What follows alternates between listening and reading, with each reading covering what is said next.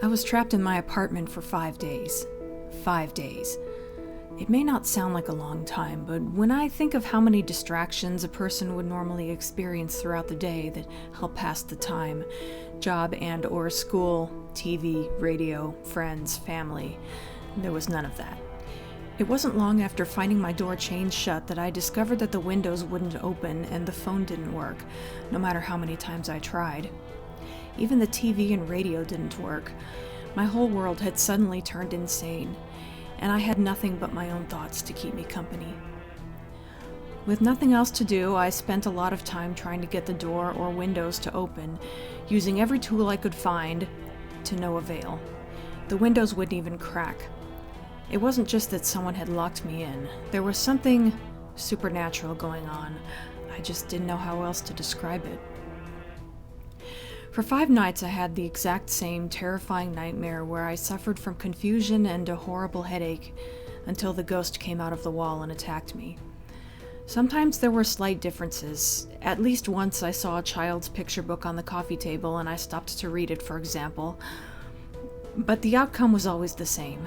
A few days into it, I became dangerously close to losing my sanity. Hell, I don't know how it lasted that long. But then I just went numb and gave up any hope I had left. I did continue to try to get out, but more out of force of habit than anything. I started wishing that I'd had more alcohol in the fridge than just that wine bottle. Drinking myself to death would probably be more pleasant than starvation. And then on the 6th day, everything changed. I got out of bed and tried the phone yet again, but of course it wasn't working. It was when I began to walk away that the phone suddenly rang, startling me. I sat back on my bed and picked up the receiver. Funny, after being trapped for 5 days, you'd think I'd be screaming at the person for help.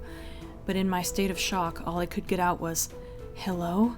"Help me," a desperate female voice that I was pretty sure I didn't recognize said back. "What?" Suddenly she was cut off by static and a screeching sound similar to a computer modem. Then I realized that the phone's base was sliding around a little too easily, so I picked it up. The cord's cut. I shook my head, not entirely sure that the conversation had even taken place, or if I had just finally lost my marbles. I hung up the phone and went out into the living room to look at the door and try to convince myself that there was some way to get it open that I hadn't tried yet. That was when the message appeared, or rather a warning, that looked like it had been written in blood with a finger. "Don't go out. Walter." When I say that it appeared, I mean that literally. I didn't just notice it one day as if I could have missed it before. It literally appeared on the door, right before my eyes, as if by magic. I blinked a few times, thinking that maybe I was seeing things. "What the hell? What's going on here?" I said to no one. I heard a small crash coming from the hallway outside, so I looked through the peephole. It was Eileen Galvin, my next-door neighbor. She had apparently dropped something and was picking it up and placing it in a grocery bag. As she stood up, she seemed to look at my door, even directly at the peephole at one point, as if she was looking back at me. "Oh, man," she groaned forlornly. "I hope my luck changes before the party." I didn't bother to try to get her attention because I already knew it was pointless. It wasn't just that I couldn't get the windows or door open. For some reason, no one outside could hear me when I banged on the windows, doors, or even the walls. It seemed that no one could see me through my windows either whenever I tried to get their attention. But I could see and hear them with perfect clarity, and it was torture. But at the same time, I needed it. For a very small moment, when people were nearby or I could see them, I could almost fool myself into feeling like I wasn't alone. I sighed hopelessly as she paused for a brief moment longer, then walked away. It was hard to put my finger on why exactly, but it was especially painful when she was the one who was so near yet so far. But I couldn't dwell on her for too long. As she moved out of the way, I saw on the wall opposite from my door 2 rows of dark brownish-red handprints that hadn't been there before. I counted 15. It reminded me of a horror movie I'd seen once involving children being taken to a cabin to be killed, and their handprints being discovered on the wall years later. Only this was no movie. They were really there, or at least I was definitely seeing them, whether I was imagining them or not, and I felt an unpleasant shiver run through me at the thought. Tired of looking at the door for the moment, I turned away from it, walked into the living room, and looked out the large window as I often did even before I became trapped. Something about watching the people outside relaxed me, despite the bitter envy I now felt. At the sidewalk below, someone caught my eye. I saw a woman at the top of the steps leading down to the subway. She was hard to miss with her skimpy, colorful clothing. Over the course of 5 days, with little else to do, I had seen countless people walk down those steps. But there was something unusual about this one. She paced back and forth languidly before stretching and sauntering down the steps. There was something odd about her body language. She looked as if she was alone and bored, despite all the people who walked by.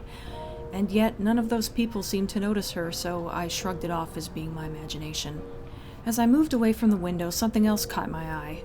Near the bottom of my bookcase, which was right next to the window, it appeared that someone had tucked a few pages from a very old book just behind the bookcase, and left them sticking out at an angle so they'd be easily seen. Curious, I carefully pulled out the yellowed, blood-stained sheets and read what I could of the faded text. Through the ritual of the Holy Assumption, he built a world. It exists in a space separate from the world of our Lord. More accurately, it is within yet without the Lord's world. Unlike the world of our Lord, it is a world in extreme flux. Unexpected doors or walls, moving floors, odd creatures, a world only he can control. Anyone swallowed up by that world will live there for eternity, undying. They will haunt that realm as a spirit. How can our Lord forgive such an abomination? At this point, the paper was badly smudged and the text unreadable. It is important to travel lightly in that world. He who carries too heavy a burden will regret it. The text left me utterly confused. But before I had time to contemplate it, I was shocked out of my thoughts by a crash coming from the bathroom that I not only heard but felt. It was so loud and forceful it seemed to shake the foundation of the place. I dropped the reading material and dashed to the bathroom as fast as I could. I threw open the door to find a huge gaping hole in the wall, above and to the right of the sink. I approached it slowly as if afraid that something might jump out from it and attack me. And that was when I heard the voices, the soft voices of children muttering incoherently. I swallowed hard. Somebody in there? Was all I could manage to choke out. I folded my arms and shook my head, almost defiantly, again wondering if what I was seeing and hearing was real, or if I'd finally lost my mind completely. Wasn't hearing voices in your head one of the symptoms?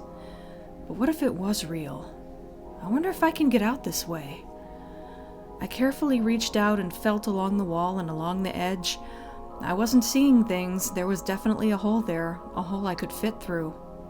The voices had stopped, but I was barely aware of it.